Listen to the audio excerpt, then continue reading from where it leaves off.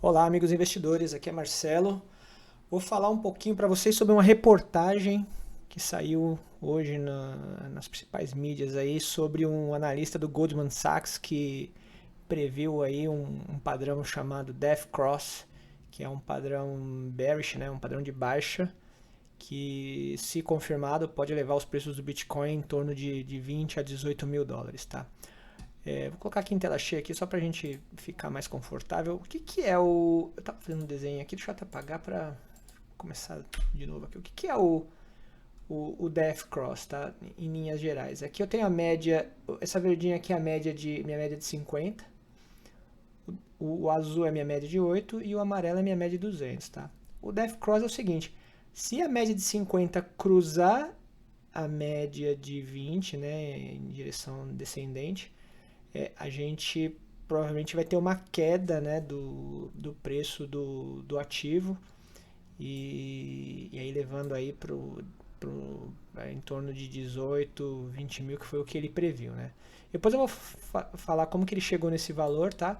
Mas aí tem o inverso também do Death Cross, que é o Golden Cross, que foi o que aconteceu mais ou menos aqui em maio, quando o Bitcoin quando o Bitcoin ele cruzou aqui, aí aqui a média de 50 cruzou a média de 200 para cima, né? E aí ele começou essa sequência de alta maravilhosa que a gente pegou até o mês de abril aí. É, e aí vamos lá, então. Por que que esse ponto que ele levantou realmente é um ponto importante, tá? Porque se a gente olhar aqui, ó, durante todo esse mês, desde o do ano passado até hoje, né? O que aconteceu? Os candles aqui, que são os gráficos, deixa eu aumentar um pouquinho o tamanho aqui para ficar no tamanho. Eles foram, né, seguindo a média de 8, né, num período, a média de 8 e a média de 50, que ele sempre tocava a média de 50 e, e subia, tá? Porque os preços eles sempre tendem a voltar para a média em algum momento do trade, tá? Esse é um padrão chamado Larry Williams. Larry Williams é um trader americano famoso que fez 11 mil por cento em uma competição de trade. E aí depois disso ele virou uma das referências aí mundiais, né, em trade, tá? E aí ele seguiu aqui, você pode ver que diversas vezes ele toca, ou quase chega a tocar a média de 50, até que ele chegou aqui no nosso fatídico abril, né, que aí ele começou a dar uma queda aqui, começou a se recuperar, e aí veio o Elon Musk e a China e acabaram de azedar o caldo de vez. Bom, agora a gente segue aqui num suporte na faixa de 34, 35, e aí essa recuperação aqui que é o ponto que que o analista alertou que realmente é perigoso, e a gente já falou isso nos nossos análises anteriores, né? O que acontece? Provavelmente a gente está sofrendo uma correção aqui, tá? E aí, quando ele chegar mais ou menos nessa faixa aqui de... Deixa eu pegar uma linha horizontal aqui.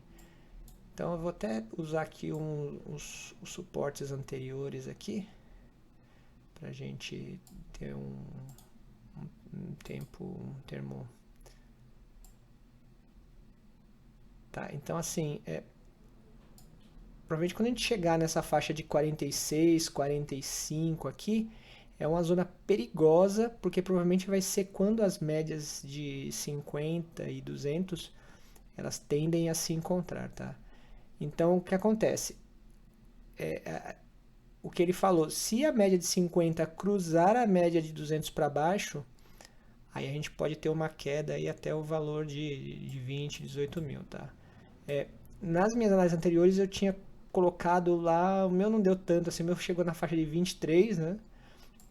Mas se a gente traçar um Fibonacci também aqui, isso explica um pouco a teoria, né? Então, eu traçar um Fibonacci aqui, vai dar exatamente aqui, ó.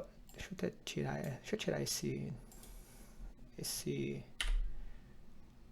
Elliott que eu tracei aqui, ó. Vai dar mais ou menos na faixa de 50 a 0,618 de Fibonacci, tá? Então bem no meio aqui. Então o que acontece, tá, gente? O Fibonacci funciona para cima e funciona para baixo também, tá? Então pode acontecer sim, ó, de ele chegar aqui, dar um repique e ir embora. E aí foi exatamente o ponto que ele colocou aqui, que é 19.735, tá? Que pode chegar, tá? Deixa eu até ajustar aqui a linha aqui, tá? Então, se a gente olhar aqui, ó, deixa eu traçar um Fibonacci aqui nesses gráficos anteriores aqui. Se eu traçar um Fibonacci aqui, você viu que ele corrigiu exatamente aqui na linha de 50 aqui, tá? Se eu jogar esse Fibonacci para baixo aqui e ajustar ele aqui, também corrigiu na linha de 50, tá? Então, do mesmo jeito que acontece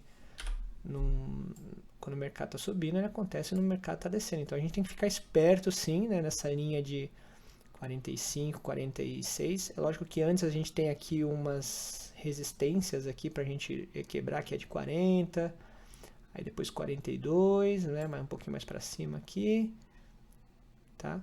Mas a gente tem que ficar esperto mesmo, porque pode ser que ele bata aqui e aí ele caia, tá?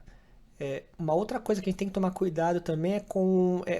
e aí tem algumas outras coisas que a gente pode usar para confirmar, é o RSI, o MACD, tá? Os volumes também, tá? Então, se a gente tiver numa ascendente aqui e o volume estiver alto, então provavelmente ele vai romper isso aqui. E aí a gente espera que ele vá até o all-time high aqui, tá? Mas aí a gente tem uma série de resistências, né? Que esse 49,50 era um suporte, agora provavelmente vira uma resistência, né? E aí a gente depois tem esse topo aqui, que é na faixa dos 59, e aí a gente tem caminho livre, tá? Mas até lá a gente realmente tem que ficar atento, tá? Porque o mercado pode vir aqui, igual aconteceu aqui, tá? Ele veio aqui e todo mundo achou que ia subir e desceu, tá? Aí a gente tem que usar alguns outros...